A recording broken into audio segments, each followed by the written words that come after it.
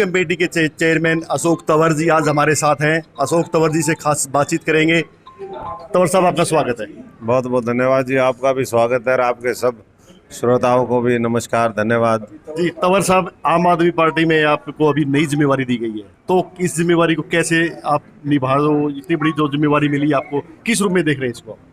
देखिए, जो पार्टी ने जिम्मेदारी दी है उसको पूरी समझबूझ और पूरी ईमानदारी से निभाने का काम करेंगे। जी और ये क्योंकि चुनावी वर्ष है तो चुनाव की रणनीति, चुनाव में ज़्यादा से ज़्यादा आने वाले समय में सक्रियता, हर स्तर पर संगठन मजबूत हो, हम सारे चुनाव मजबूती से लड़ें, तो इन चीज़ों के ऊपर काम करना है। और उसी क्रम में हमारे अलग अलग विधानसभा क्षेत्रों में जो जिम्मेदार लोग हैं, महत्वपूर्ण लोग हैं, जी उन सब से विचार विमर्श जारी है।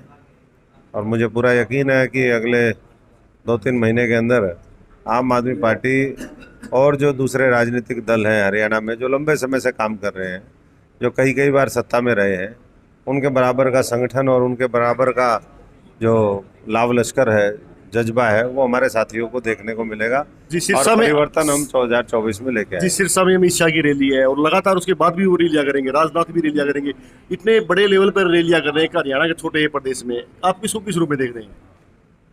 देखिए, अब तो सारी पार्टी आएंगी, लेकिन ये तो आप देख ही रहे हैं कि लोगों का विश्वास, चाहे वो भारतीय जनता पार्टी हो चाहे कांग्रेस हो, जी दोनों से विश्वास हट चुका है और नए विकल्प की तलाश में हरियाणा और ये देश है। जी क्योंकि उन्होंने देखा कि भाई लोगों को 30-30, 40-40 बार कई कई बार मौके मिले, कोई देश के प्रधानमंत्री बने, कोई देश के मुख्यमंत्री बने, लेकिन आज भी देश में जो बुनियादी सुविधाएं हैं उनका अभाव है। न बिजली है, न सड़क है, न पानी है, महापूंजीपतियों के इशारे पे काम करने वाले लोग हैं, ना अच्छे स्कूल बना पाए, ना अच्छे अस्पताल बना पाए, जी जो ना जो, रोजगार जो, दे रेल, पाए। जो रैली है, नजर लोगों को आम आदमी पार्टी की कुछ लोगों को नजरबंद किया गया है। बिल्कुल, आम आदमी पार्टी के जो हमारे सबसे ज़्यादा साथी हैं, उनको कई दिन से ये साजिश चल रही है, उनको नज़रबंद भी कर लिया, कुछ को हिरासत में भी ले लिया, सरपंचों को, इसी तरीके से महिला सरपंचों को।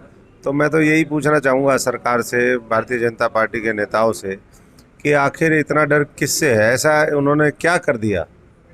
और अगर कर दिया गलत तो उसको ठीक करें, और अगर नहीं किया तो ये जन आक्रोश क्यों है, इसका भी उनको अंदाज़ा लगाना चाहिए। आज आपातकालीन जैसे हालात हरियाणा के अंदर, अघोषित आपातकाल इन्होंने लगा दिया है, और जो बहुत ही दुर्भाग्यपूर्ण है। मैं समझता हूँ अभय कि चौटाला ने भी परिवर्तन यात्रा निकाली थी, उस कहते हुए उस यात्रा के बाद में तो पूरा लहर उनके पक्ष में चली गई है। देखिए, लहर तो आज मैं समझता हूँ कि बीजेपी और कांग्रेस के खिलाफ है। जी किसके पक्ष में ये समय बताएगा।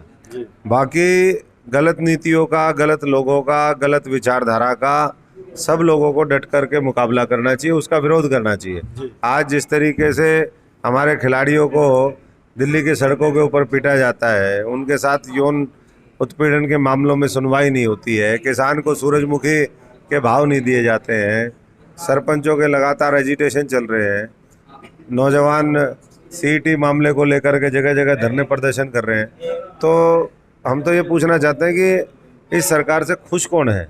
जी सरकार से भी कोई कुछ नहीं और विपक्ष से भी कोई कुछ नहीं। इसलिए नए विकल्प की आवश्यकता इस हरियाणा और देश जी को है। बात करें विपक्ष की, तो हुड्डा साहब लगातार लोगों के बीच में जा रहे हैं और उनको जन समर्थन भी प्राप्त हो रहा है।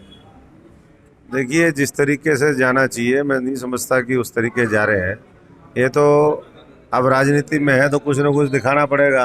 जी बाकी पूरी तरीके से 9 साल में ये साबित उन्होंने किया है कि सरकार से उनकी साठगांठ है और सरकार के सामने नतमस्तक है। नतमस्तक है, इसीलिए आज तक जेल में नहीं गए। जब पंजाब में आम आदमी पार्टी की सरकार बनी थी तो भगदड़ मच गई थी, हरियाणा में भी बहुत सारे लोगों ने आम आदमी पार्टी ज्वाइन की। जैसे ही सिसोदिया जी शराब के केस में अंदर गए हैं तो पार्टी से नेता दूरी बनाए हुए हैं। जी देखिए, ये तो अपने राजनीतिक प्रतिद्वंदियों को, कोई भी पार्टी सत्ता में हो, जी वो कहीं ना कहीं इस तरीके से करने का काम करती है। भाजपा ज़्यादा करती है। जहाँ तक भगदड़ का सवाल है, हम तो चाहते ही नहीं भगदड़ हो, जी क्योंकि भगदड़ में तो कोई नीचे दबेगा, मरेगा। हम तो शांति में विश्वास करने वाले लोग हैं। हम तो ये चाहते हैं कि अच्छे अच्छे लोग आए, भगदड़ ना मचे, और उसमें पार्टी काम कर रही है। अब धीरे धीरे ज्वाइनिंग बहुत हो रही है। जब भी आम लोगों के बीच में जाके बैठते हैं तो मुकाबला अगला जो लोकसभा में है कांग्रेस और सिर्फ भाजपा में ही लोग बोलते हैं, आम आदमी पार्टी उसमें कहीं दिखाई नहीं दे रही है। वो अभी बोलते होंगे, और कुछ चुनिंदा लोगों के पास, आप गलत लोगों के पास चले गए होंगे। अगर आप आम आदमी के पास जाएंगे, किसान मजदूर गरीब के पास जाएंगे, और जिन्होंने पूरा सबको देख रखा है उनके पास जाएंगे, तो उनके पास विकल्प ही एक है कि भाई झाड़ू उठाओ और गंदगी साफ करो, और ये जितने राजनीतिक दल हैं इनको हरियाणा और देश की राजनीति में हाशिए के ऊपर लेकर के आओ। क्योंकि जब तक ये रहेंगे देश आगे नहीं बढ़ सकता, देश कमज़ोर होता रहेगा, देश को विभाजित करते रहेंगे और देश को लूटते रहेंगे। जी, अगर बात करें अशोक तंवर की, बड़ा चेहरा थे, कांग्रेस से आए थे, प्रदेश अध्यक्ष थे, और आम आदमी पार्टी में उनको पद नहीं दिया गया जो वो चाह रहे थे। मैं अशोक तंवर तो कुछ भी नहीं चाहता था, फिर भी मेरे को चेयरमैन बना दिया। और ये तो जो है नरेंद्र मोदी के पास भी यही पद था, अभी हिमाचल के सीएम के पास भी यही पद था। ये पद तो कोई छोटा नहीं होता। मैं तो हमेशा काम करने में विश्वास रखता हूँ। बताते हैं तंवर साहब कुछ नाराज चल रहे हैं। नहीं, मैं कोई नाराज नहीं चल रहा, बिल्कुल खुश है। सब लोगों को मिलकर के काम करना चाहिए, और हम सब लोगों को मिलकर के काम कर रहे हैं। ये कांग्रेस की संस्कृति है कि भाई एक काम करेगा और बाकी उसकी टांग खींचेंगे, और वो अब भी खींच रहे हैं। किसी को भी ले आओ, कांग्रेस का तो सूर्यास्त हो चुका है, और उनके अध्यक्ष का नाम उदयभान है, और कांग्रेस का सूर्यास्त।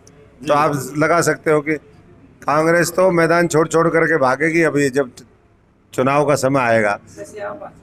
नहीं, मैं नहीं भागा हूँ।